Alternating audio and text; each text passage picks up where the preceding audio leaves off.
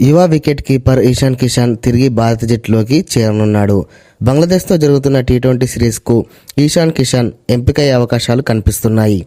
Team India తరపున 26 ఏండ్ల ఈ ఎడమ చేతి వాటం గల బ్యాటర్ చివరిగా గతేడాది నవంబర్లో ప్రాతినిధ్యం వహించాడు. ఆ తర్వాత దక్షిణాఫ్రికా పర్యటనకు ఎంపికైన మానసిక కారణాల వలన భారత్కు తిరిగి వచ్చాడు.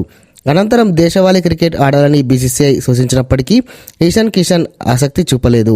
నేరుగా ఐపీఎల్తోనే పొట్టి క్రికెట్లో రీఎంట్రీ ఇచ్చాడు. మరోవైపు ఇషాన్ కిషన్పై బీసీసీఐ వేటు వేసింది.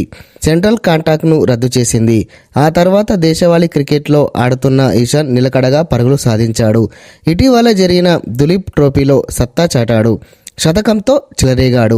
అయితే ఇషాన్ కిషన్ను తిరిగి జట్టులోకి తీసుకోవాలని టీమిండియా కోచ్ గౌతమ్ గంభీర్ భావిస్తున్నాడు. బంగ్లాదేశ్ టీ20 సిరీస్కు రిషద్ పంత్ను విశ్రాంతి ఇచ్చి అతని స్థానంలో ఇషాన్ కిషన్ను తీసుకోవాలి.